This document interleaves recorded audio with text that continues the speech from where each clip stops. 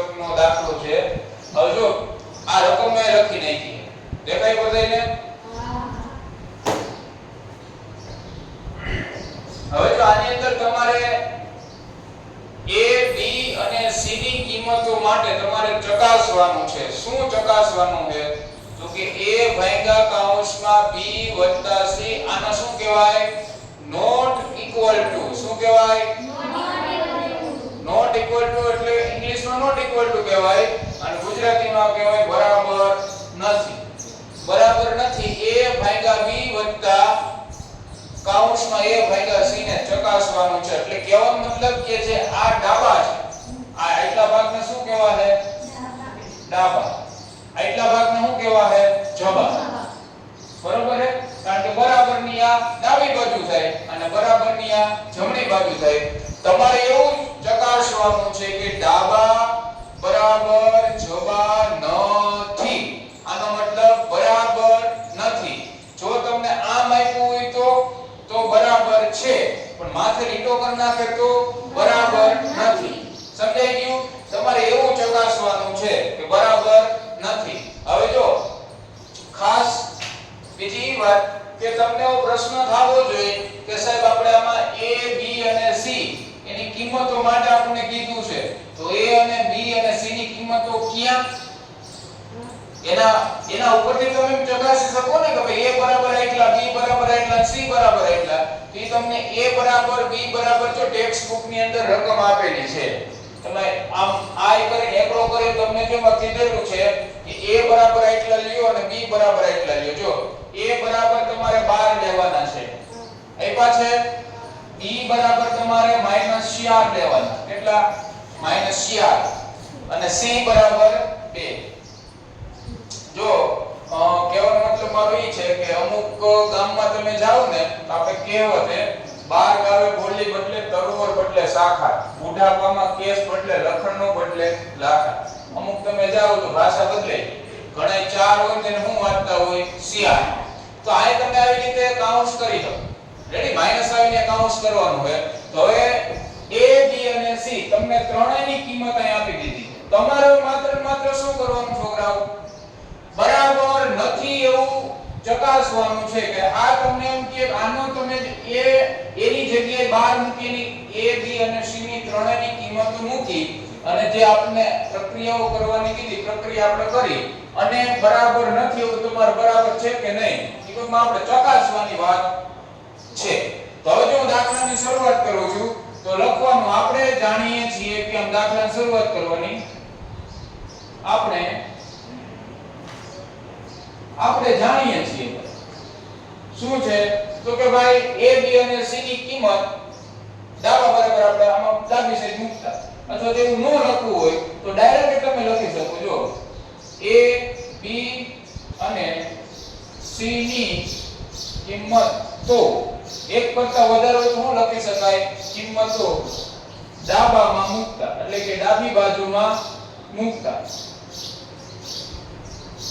હવે શું થાય તમારે ખબર છે?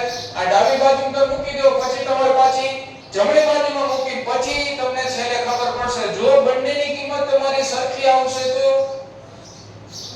તો હરખું અને કિંમતો સરખી ન આવી તો બરાબર નથી. જો બરાબર બેની કિંમત અલગ અલગ આવે તો આ આપેલું વિધાન આપણી પાસે છે ને સાચું પડશે. અને માનો કે આ બરાબર આવી એટલે બે કિંમત તમને સરખી થઈ તો આપેલું વિધાન ખોટું પડશે. સમજે છે ને કવિ તમને? માનો કે આની અંદર તમે અહીં 5 જવાબ આવ્યો આ કિંમતો મૂકીને જે સાદુરૂપ આપો એનો 5 જવાબ આવ્યો અહીં 5 આપ્યો તો આપેલું વિધાન આ વિધાન ખોટું પડે. શા માટે? આપણે શું ચકાસવાનું છે? બરાબર નથી. સમજાય છે?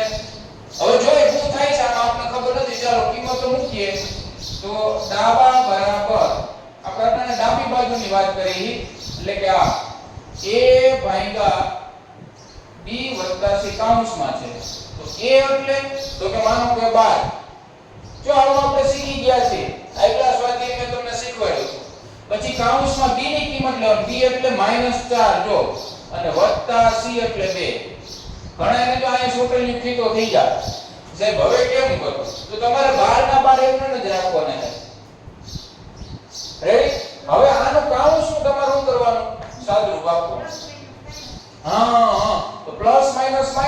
જાય, માઈનસ માઈનસ પ્લસ થઈ જાય, એટલે પ્લસ માઈનસ માઈનસ એટલે કે આપણે બાદબાકી કરવાની છે. તો માનો કે 4 માંથી 2 જાય તો 2 વધે, પણ મોટા આંકડાની નિશાની તો -2. તો હવે તમને બધાને ખબર જ છે 12 ભાગ્યા 2 કરો તો શું થાય? 6. 6 દુને 12. તો 6 જવાબ આવે પણ 1 માઈનસ છે એટલે માઈનસ. તો આપણે ડાબા બરાબર જવાબ શું મળ્યો? -6. હવે આપણે એવી આશા રાખીએ છીએ કે જો આનું સાદુરૂપ આવી રીતે કિંમત મૂકી અને સાદુરૂપ આપી, જો આપણે -6 જવાબ આવી જાય ને તો આ વિધાન ખોટું પડી ગયું. કારણ કે બે સરખા આપણે કીધા નથી, બે સરખા નથી થતા એવું આપણે ચકાસવાનું છે. તો આપણે જોઈ લો શું થાય છે. રેડી?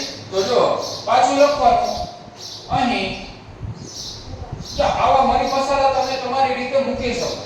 આ કોઈ ઓથેન્ટિક નથી કે અહીંયા તમે જે આપણે માનો કે આપણે જાણીએ છીએ કે આવું તમે તમારી ભાષામાં તમે લખી શકો. બરોબર? ઉપરની આપેલી કિંમતો પરથી અથવા તો આપણે લીધેલ કિંમત પરથી આપેલી કિંમત ગમે એવું તમે તમારી રીતે લીટી લખીને તમે છેલ્લે સાબિત કરો. દાખલામાં મૌખિક રજૂઆત થોડી ઘણી ચાલે છે.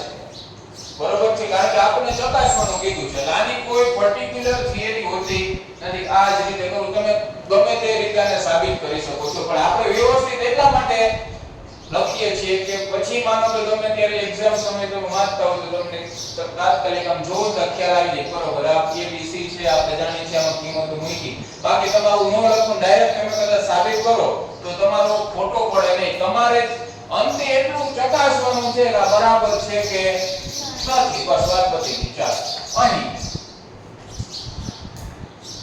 જો ABC ની કિંમત જમણામાં આ જબામાં મૂકતા, એટલે અહીં A B અને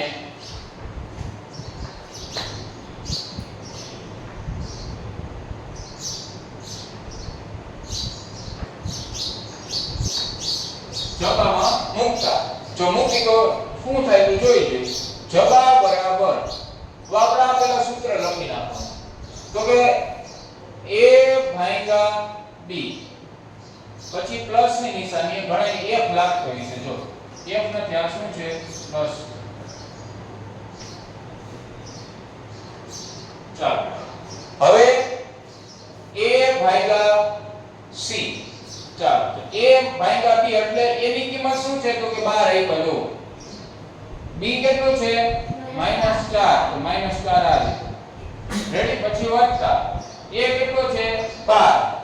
પાછો ભાગ્યા C એટલે કે 2. તો જોઈ 12 ભાગ્યા 4 કરનો કેટલો જવાબ આવશે? 3. 3 ચોક 12 એટલે 1 માઈનસ છે તો માઈનસ, તો -3 વત્તા આમાં કેટલો જવાબ આવે? 6. હવે જો 6 માંથી કઈ જાય તો કઈ થાય ને? મોટો આંકડો 6 તો માઈનસ આવે નહીં. આ જવાબ કેટલો આવ્યો? -6. જવાબમાં કેટલો આવ્યો? કઈ? બે જવાબ સરખા કહેવાય નહીં. તો આપેલું વિધાન કેવું છે? સાચું. સમજાઈ ગયું તમને? તો તમે લખી નાખો અહીં ડાબા બરાબર એટલે કે બરાબર નથી. આનો મતલબ શું થાય? બરાબર નથી, નોટ ઇક્વલ ટુ. અહીં ડાબા બરાબર જબા નથી. તેથી આપેલું અથવા આપેલ વિધાન કે સૂત્ર ગમે લખી દો. આપેલ વિધાન કે સૂત્ર સાચું છે અથવા તો સત્ય સાબિત થાય છે, આવું લખી શકો. તમે તમારી ભાષામાં ગમે તે લખી શકો. આપણે સાબિત કરીને બતાવીએ. ઘણા એવા કેસ આવતા હોય ને, સાહેબ સાબિત કરીને દેખાડો જી આ કેમ આમ થાય, આપણે કરીને દેખાડો. પરીક્ષામાં તમને માનો કે આજે આપણે પૂછે તો આ રીતે વ્યવસ્થિત લખી. સમજાય છે? આમાં હજી કોઈને કઈ નો પૂછાણું હોય તો કયો. સોરી, નો પૂછાણું, નો સમજાણું હોય તો કયો. કે આમાં કઈ કોઈને કઈ પૂછવાનું સાહેબ આ ક્યાંથી કેવી રીતે. ફરી એક વખત રિવિઝન ફટાફટ કરી નાખી. તો કે ભાઈ મારી પાસે સૂત્ર હતું, A B C ની કિંમતો આપણને આપેલી છે ઓલરેડી, તો મેં લઈ લીધી. પછી આપણને એટલી ખબર પડી ગઈ કે આ ડાબા કહેવાય અને શું કહેવાય? જબા. બરાબરની ડાબી બાજુ, બરાબરની જમણી બાજુ. પણ નોટ ઇક્વલ ટુ બરાબર છે ને એવું આપણે સાબિત કરવાનું છે. એટલે કે ચકાસવાનું. ચકાસો, સાબિત કરો, ઈ બધું એક જ થયો. ઘણા નકર શોર્ટલી કીધો છે કે સાહેબ પરીક્ષામાં તો સાબિત કરવું તેવું પૂછાણું, સાબિત કરો. એટલે આમાં તો તમે ચકાસો એવું પૂછ્યું તો શું કરવાનું? તો ખાસ એક ધ્યાન રાખવાનું, બરોબર? પછી આપણે જાણીએ છીએ ABC ની કિંમત આપણે ડાબા મૂકી તો આપણને શું મળે છે? એટલે આ જે સૂત્ર છે ડાબી બાજુનું એની અંદર ABC ની કિંમત મૂકે ને એની 12, B ની -3 અને C ની 2, પછી એનું સાદુરૂપ આપો તો -6 જવાબ મળી જાય.